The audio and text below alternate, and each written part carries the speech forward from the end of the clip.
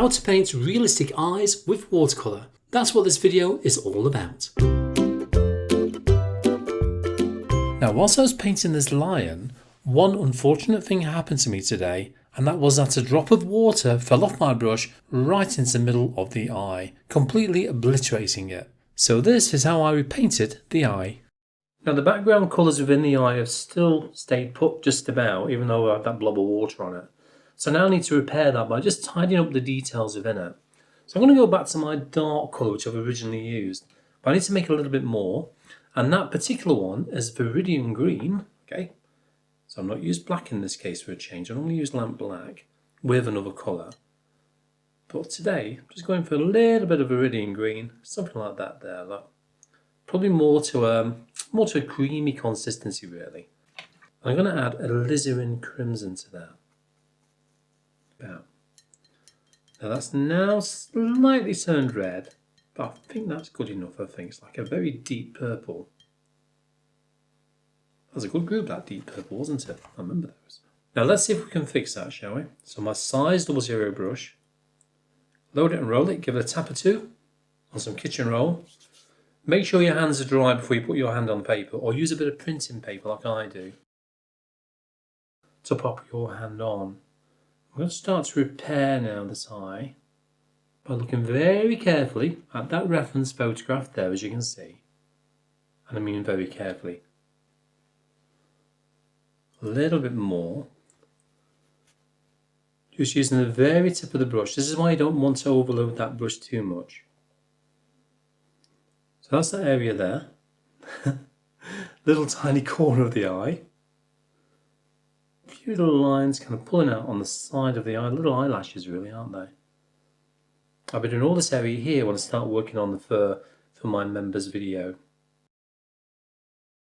So if you fancy painting this, you find this on my website. I'll pop a link to the top right. And I'm just going to go down to here. Looking at the shapes all the time while I'm doing this. You know, because we've already got colour on the paper, we've got to be very careful not to make it too filthy looking, too mucky, as we say up north. Because otherwise it can get quite dirty looking, can't it, and very tainted. So you don't get the richness of the colours on the paper.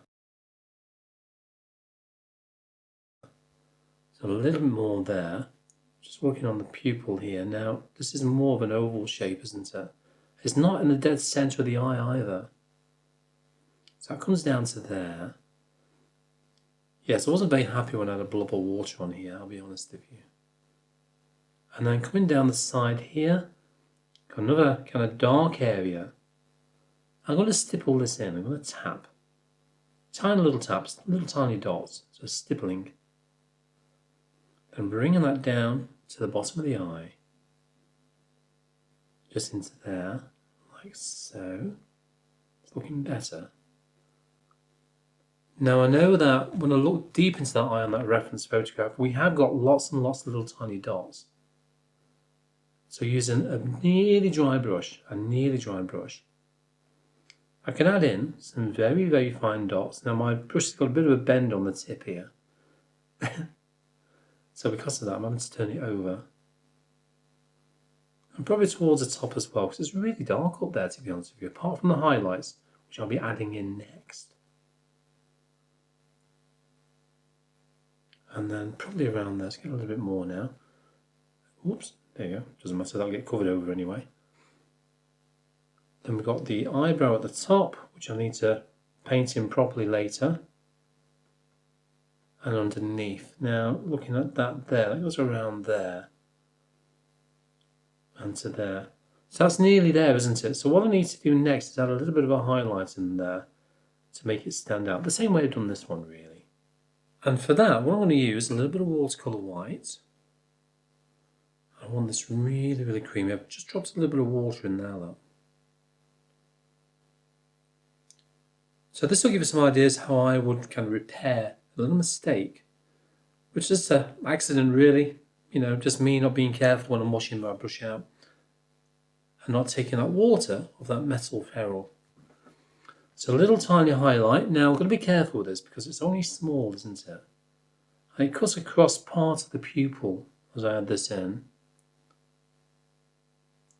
probably around there. And I could always kind of add a little bit more dark in there just to finalise the line around the pupil. Because I don't know if it needs to be slightly bigger. The pupil isn't in the middle, is it? It's slightly higher than the middle, as you can see from that photograph there.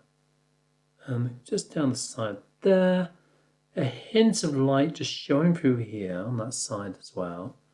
And also just at the very bottom, just a scrape of white on there. Tiny, tiny amount. Just to add to that area.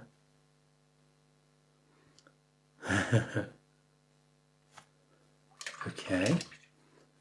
Clean brush again. Back to your dark colour. And I'm going to just add this in here. Now, mixing dark colours is very interesting actually when you want to mix the black. Out of interest, I do have a YouTube video on how to make blacks as well. Different versions of black, some 2 colours or even 3 colours to make a black. This is a 2-colour black, as you know. Now, if you're interested in seeing a little bit more about the black video, have a look to the top right. I'll pop it there for you, okay? I'll give you some ideas how I would repair an eye when I made a little bit of an error by one massive blob of water.